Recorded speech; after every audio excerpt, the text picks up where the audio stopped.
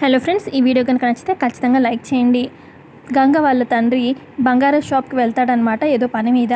ఇక అక్కడే తను వాళ్ళ భార్య ఉంగరం చూస్తాడనమాట. ఒక అతను ఎవరైతే గంగ వాళ్ళ ఇంటికి వచ్చి డబ్బులు అలాగే బంగారం దొంగతనం చేస్తాడో దేవరాజు చెప్తాడు కదా దొంగతనం చేయమని. అతను ఇక ఆ ఉంగరాన్ని అమ్ముకోవడానికి ఆ బంగారం షాప్కి వస్తాడనమాట.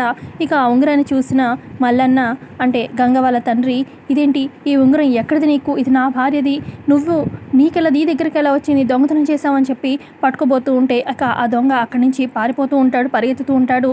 ఇక గంగ వాళ్ళ తండ్రి కూడా అతని వెనకాలే పరిగెడుతూ ఉంటాడు. ఇక కొంత దూరం వచ్చాక కొబ్బరి బొండాల బండి దగ్గర కత్తి కనిపిస్తుంది అనమాట గంగ వాళ్ళ తండ్రికి. ఇక ఆ కత్తి పట్టుకొని చంపడానికి వెనకాల పరిగెడుతూ ఉంటాడు. కొంత దూరం వెళ్ళాక ఆ దొంగ తప్పించుకుంటాడు. అమ్మయ్య తప్పించుకున్నా కదా అని చెప్పి దొంగ అనుకుంటూ ఉంటాడు. ఇక వెనకనే ఉంటాడనమాట మల్లన్న.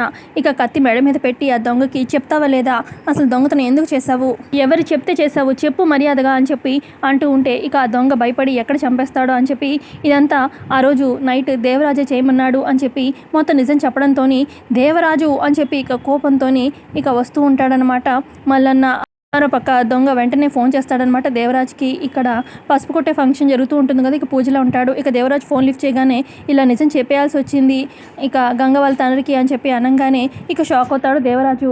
మరి గంగ వాళ్ళ తండ్రి ఇంటికి వచ్చి నిజం చెప్పే లోపే ఇక గంగ వాళ్ళ తండ్రికి ఏదైనా యాక్సిడెంట్ చేయిస్తాడా దేవరాజు, కమింగ్ ఎపిసోడ్లో తెలుస్తుంది.